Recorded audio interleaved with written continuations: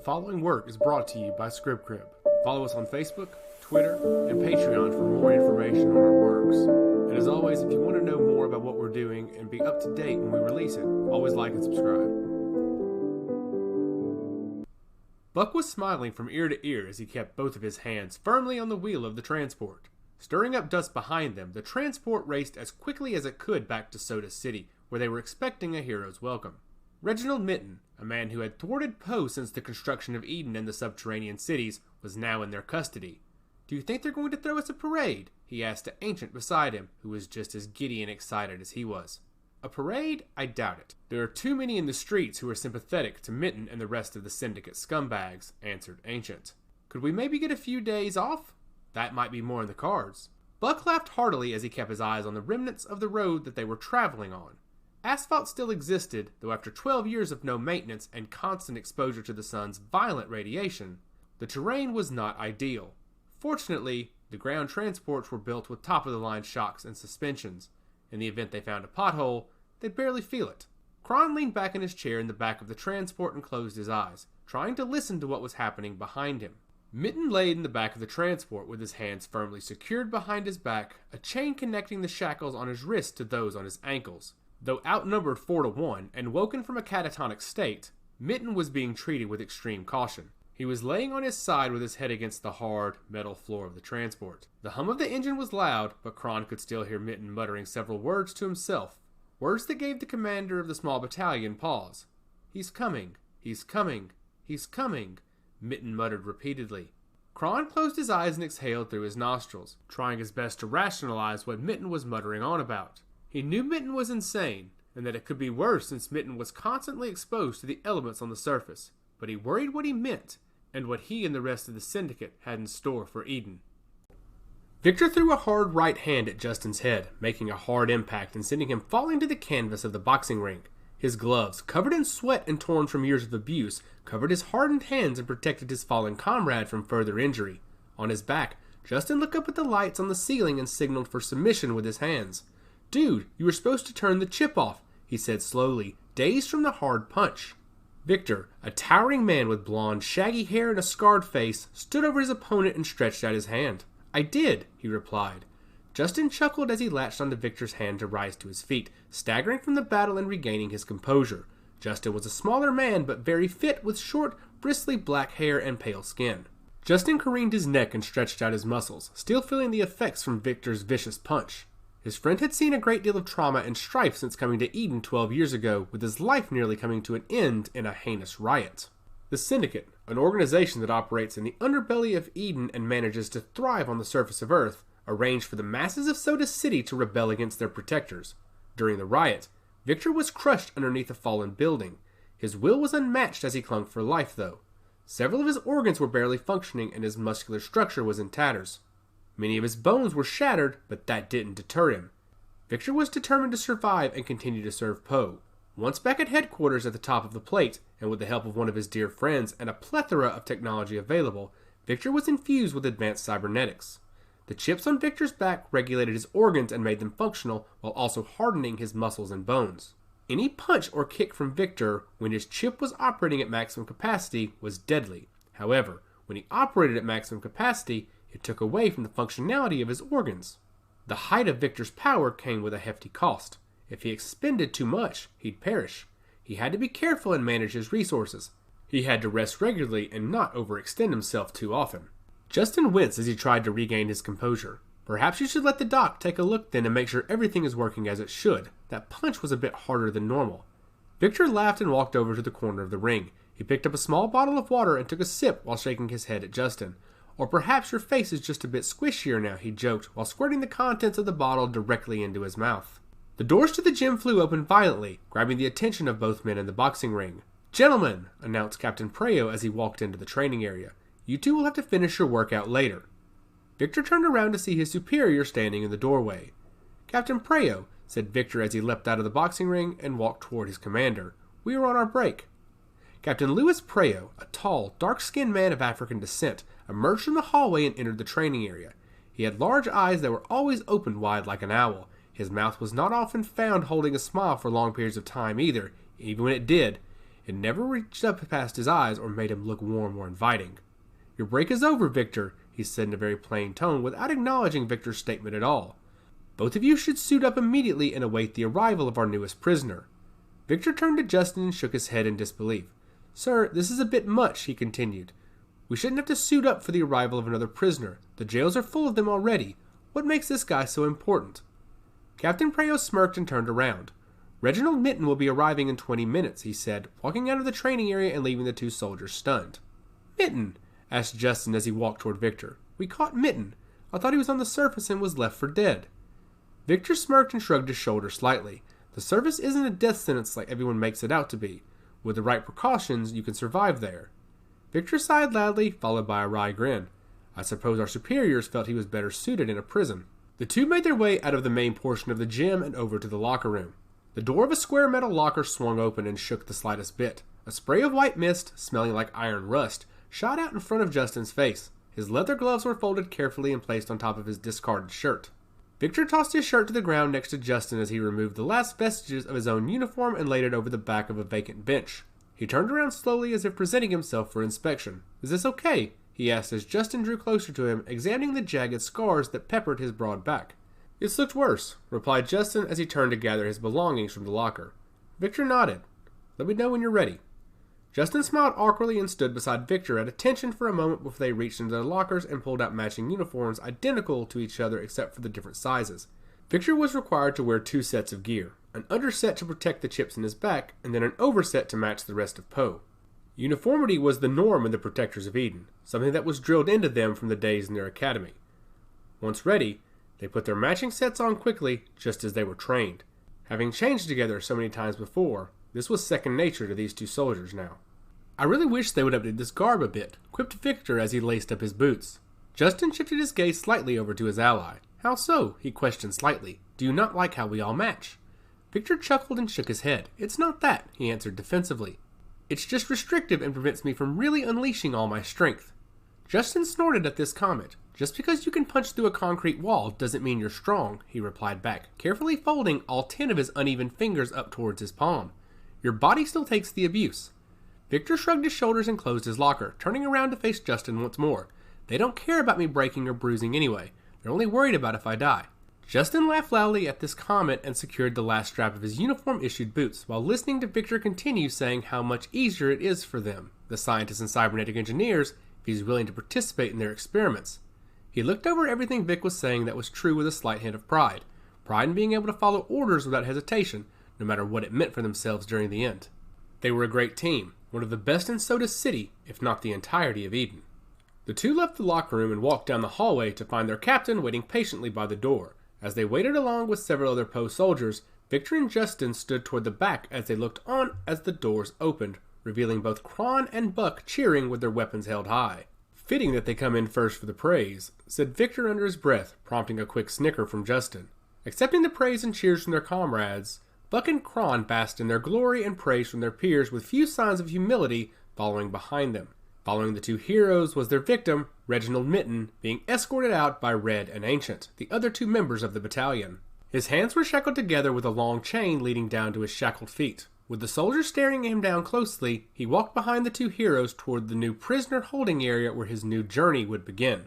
The door opened to reveal a room with a silver table and a single silver chair. He was led in and forced to stand in front of the captain while his chains were fastened to the concrete floor. Captain Preo strode confidently into the room with Victor and Justin following closely behind. He stood tall, his shoulders back, looking down at the much shorter Reginald Mitten, who was seated in a chair facing them. "Reginald, how good of you to join us," announced Captain Preo as he adjusted his uniform and gestured for the other 2 men to take their positions. The air of authority and power in the room was palpable as Captain Preo began speaking. "We're going to skip to some of the technicalities and go straight into business if that's all right with you." Mitten remained still, staring off at the wall, breathing heavily enough for everyone to hear. "So you're going to breathe heavier?" asked the captain rhetorically. "Is that your answer?" Mitten slowly looked up, blinking a few times as if waking himself from a trance, and met Captain Preo's gaze. "My answer," he repeated quietly. "Yes, what is your answer to the accusations of genocide?" continued the captain, his voice stern and unyielding. Mitten smirked and shook his head. "I don't know what you're talking about, Captain," he said, prompting Preo to turn toward Justin and Victor.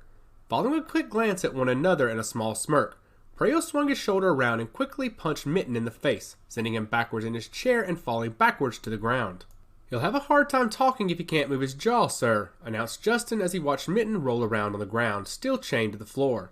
"Oh, I think he'll be able to talk just fine, Justin," remarked the captain. "It's not like Victor over there took a swing at him." Victor chuckled at the captain's remark. He had always admired Captain Preo's tenacity and his quick thinking in tight situations. Victor stepped forward, his eyes glinting with cruel intent as he bent down to grab Mitten by the hair, only for his victim to roll over onto his knees. Mitten looked up at the three Poe soldiers, smirking as he wiped the blood off his lips. "You're in over your head, Captain," Mitten stated coldly. "Everyone in this underground labyrinth will perish within the coming days." Captain Preo rubbed his fist as he walked over to Mitten as he rose up to his knees. "Excuse me," he asked as he reached down and grabbed Mitten by his lapel. "You heard me," continued Mitten harshly. "Every one of you will perish." Victor walked up and grabbed Mitten from the grasp of the captain. "Sir, if you hit him again, the cowards upstairs may see fit to release him due to unsafe conditions." "He's right, sir. We'd be better off throwing him in a cell before someone finds out you took a swing at him," agreed Justin. Preo seethed while keeping his eyes trained on their prisoner. "I want to know how we're all going to die," said Preo as he stepped aside as two other soldiers entered the room to escort Mitten to the holding cells. Mitten cackled with joy as the two soldiers grabbed him roughly by his arms and started to drag him away from the room. "Because his brother is coming," he bellowed, looking back into the room with an evil gleam in his eyes. "His brother is coming to finish what he couldn't." Justin and Victor shivered in fear as Mitten's haunting laughter echoed through the air. The captain glared at them, his face etched in pure terror as the two boys slowly comprehended the full scope of the situation.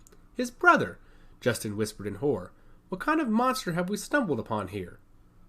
"Secure him now," Preo barked before turning away toward Mitten's holding cell, leaving Justin and Victor standing motionless in shock, trying to grapple with the sinister implications at what they'd just encountered. Was Mitten simply mad, or was there something truly sinister bubbling within the serene world that had been created for them? Hey guys, we'll be back to the next part of our work shortly. But hey, if you like this, and you like me, and you like true crime, why don't you check out one of our other works with Script Crib Publishing? Check out Crimes and Secrets of a Desperate Dad by Steve Mayfield, about the Long Island bank robber, Steve Trantel. A man who seemingly had everything, a Wall Street commodities and oil trader living the good life, but the pressure of it all caught up to him and pushed him over the cliff. He became a bank robber, hitting 10 books over a period of 4 months in 2004. Available on Amazon and wherever you get your books. Check out Crimes and Secrets of a Desperate Dad. Curaki Newt's ice blue, cybernetic eyes glinted in the dim light of the cavern as she surveyed the crater. The rugged sanctuary, carved into the heart of the dying earth, was their home, and it hummed with the dark energy that seemed to pulse through her veins.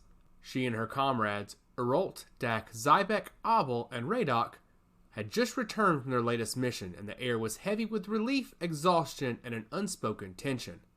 "Let's get this gear stowed away," Curaki said, her voice slow and urgent as they moved to unload their borrowed equipment from Raedok and the rest of the Syndicate. Her muscular arms flexed as she hoisted a crate filled with weapons and armor. "We need to report back." "Agreed," Earl grunted as he deposited his own load into another crate with a thud. His green eyes flickered over to the first building within the cavern, a tavern that promised solace in the form of hooch.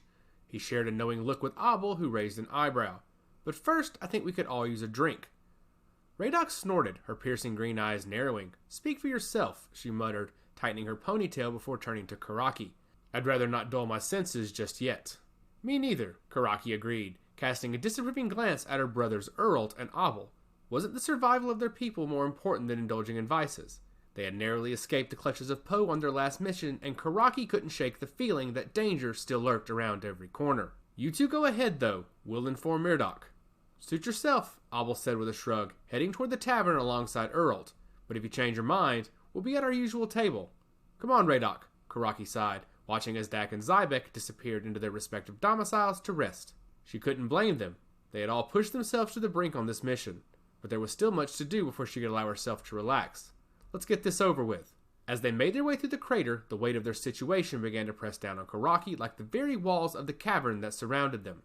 The Syndicate had trusted her team to carry out this operation, and now they were returning empty-handed. It was an ambush and a setup, something that was not uncommon in the wastelands of Earth, but usually something they could sniff out before it was too late. Would Raedok understand? Would he have answers? Or would he just send them back out into the cold, unforgiving world with nothing but a new mission to keep them company? Karaki's ice-blue, cybernetic eyes scanned the ever-changing landscape of the crater as she and Raedok navigated through the labyrinth network of caverns that opened up into a vast chamber. The walls were a blend of rough-hewn rock illuminated by the soft glow of neon lights lining the paths between the buildings. With this subterranean refuge, life thrived in defiance of the oppressive surface world. It also existed against the wishes of Eden. "Did you see the look on Captain Wodek's face when Earl got the better of him?" Raedok asked, her voice echoing softly off the stone walls. Curaki smirked at the memory. "He fought well, I'll give him that. But even the best can't stand against my brother." "It's true," Raedok agreed, her piercing green eyes reflecting the neon hues. "But what if Poe retaliates? We've never encountered resistance like that before." "Then we'll deal with it," Curaki replied, her tone darkening. "We can't let them dictate our lives, not after everything we've been through." The path they traversed wound through various domiciles and establishments that had been carved out into the very rock itself. A bustling market stood to their left, the scent of spices and cooked meats wafting through the air. Despite the veneer of normalcy, an undercurrent of tension vibrated beneath the surface. The Syndicate's presence was felt everywhere, from the guards stationed at key points to the whispered conversations of terrified citizens. "Sometimes I wonder if there will ever be an end to this war," Raedok mused, her voice barely audible over the clamor of the market. "It seems like we're always fighting for survival." "Until they stop hunting us, we have no choice," Curaki replied, her jaw clenched. "But we won't let them break us. We're stronger than they think." "Damn right," Raedok agreed, her voice firm. As they approached Myrdok's chambers, the tension in the air grew palpable. The guards standing outside the entrance fixed their gazes on Curaki and Raedok, evaluating them with scrutinizing eyes. Curaki couldn't help but feel a flicker of unease. Would Myrdok be understanding about their failed mission, or would he simply cast them aside like so many before them? "Ready?" Raedok asked, her breath hitching ever so slightly. "Let's do this," Curaki replied, steeling herself for whatever lay ahead. They stepped forward into the unknown, ready to face whatever consequences awaited them. The door to Myrdok's chambers opened with a low creak, revealing the dimly lit interior. Raedok and Curaki stepped into the room, their eyes adjusting to the darkness as they took in the scene before them. Myrdok, the mayor of the crater and Syndicate ambassador, sat at the far end of the room, his grizzled features illuminated by the amber glow of a whiskey glass he held in one hand. "Ah, our intrepid duo, though I was hoping the rest of your team would be with you." Raedok greeted them with an air of nonchalance. "Join us for a drink, won't you?" Curaki hesitated for a moment, her cybernetic eyes taking in the details of the room. The chamber was adorned with various trinkets and relics, remnants of a world long gone. She could sense the weight of history pressing down upon her, a sobering reminder of the choices they'd made and the sacrifices they continued to endure. "Thanks, but we've got news about the mission," Curaki replied, her voice steady and composed. "Let me guess, it didn't go exactly as planned?" Raedok asked, his tone laced with sarcasm. "Something like that," Raedok chimed in, rubbing her hands together nervously. "It was a setup." "Explain," Raedok demanded, taking a sip of his drink. Curaki straightened her back, her mind racing through the events of the mission. She took a deep breath and began recounting the events, focusing on Captain Wodek's role. "Captain Aaron Wodek led the assault against us," she said, her voice hardening at the mention of the man's name. "He fought with tenacity and skill, but ultimately Earlt managed to beat him." Raedok raised an eyebrow, clearly intrigued by this development. "So the great Captain Wodek has finally met his match." "Perhaps," Curaki conceded, "but he managed to escape somehow, and we returned to the crater unharmed." "Interesting," Raedok mused, swirling the whiskey in his glass. "I suppose that's something of a silver lining in all of this, isn't it? At least you made it back alive." "Alive? Yes," Curaki agreed, her thoughts turning to the consequences of their failed mission. "But for how long?" "Ah, ever the pessimist," Raedok chided. "But I understand your concern. We must remain vigilant against the Poe, especially now." "Indeed," Raedok nodded solemnly. "Nevertheless, I appreciate your efforts," Raedok said, raising his glass in a toast. "You've proven yourselves once again to be an invaluable assets to the Syndicate, even if the mission ended in failure." Curaki could feel the weight of those words settling upon her shoulders, heavy with expectation and responsibility. She knew that the choices they'd made had led them down this path, and there was no turning back now. "Thank you," she replied quietly, accepting the praise with a mixture of pride and trepidation. "Rest up," Raedok advised, his eyes meeting hers with an intensity that sent shivers down her spine. "You'll need your strength for whatever comes next." Raedok and Curaki both nodded and began to turn, when Curaki halted and sighed loudly. Her ice-blue, cybernetic eyes locked onto Myrdok's as she asked the question that had been gnawing at her since their return. "Did you know about the setup?" Myrdok's bushy beard twitched with irritation as he shook his head. I assure you I knew nothing of it, he said, his voice laden with sincerity. We need the food those transports carry. Wasting human resources on a setup is far from ideal. The mayor's words rang true in Karaki's ears, but the doubt still lingered like a cloud over her thoughts. She exchanged a glance with Raedok, who seemed to be grappling with similar uncertainty. Nevertheless, Raedok continued, his tone apologetic, I'm sorry for the trouble this mission has caused you. The Syndicate has another task that requires your expertise. Curaki hesitated, her mind racing through the potential consequences of taking on yet another mission at this critical juncture. Raedok spoke up, echoing her thoughts. We appreciate the offer, but we cannot accept. There's too much heat on us now. Captain Wodek's escape won't go unnoticed. True, Curaki added, a possible solution forming in her mind. But Dak and Zybek went unnoticed during our failed mission. They could take on this new task for the Syndicate. Ah yes, Dak and Zybek, Raedok mused, stroking his beard thoughtfully. They could be valuable assets in this situation. Very well, we'll reach out to them. You two take time to rest and recover. You've earned it. Thank you, Raedok, Curaki replied, relief washing over her as they were granted a brief reprieve from the dangers of their line of work. With a final nod and a tight smile, Curaki and Raedok departed Raedok's chambers, the weight of their decision still heavy upon them. As they made their way through the dimly lit caverns toward the tavern where Urult and Obalt awaited, Karaki's thoughts turned to her siblings. Urult may have bested Captain Wodek this time, she mused quietly, her voice echoing off the cave walls, but our enemies seem to be growing bolder by the day. Indeed, Raedok agreed, her tone somber. It's only a matter of time before we'll have to face the consequences of our actions again, not just as individuals, but as allies of the Syndicate. The seriousness of their situation hung over them like a shroud, even as they approached the lively tavern.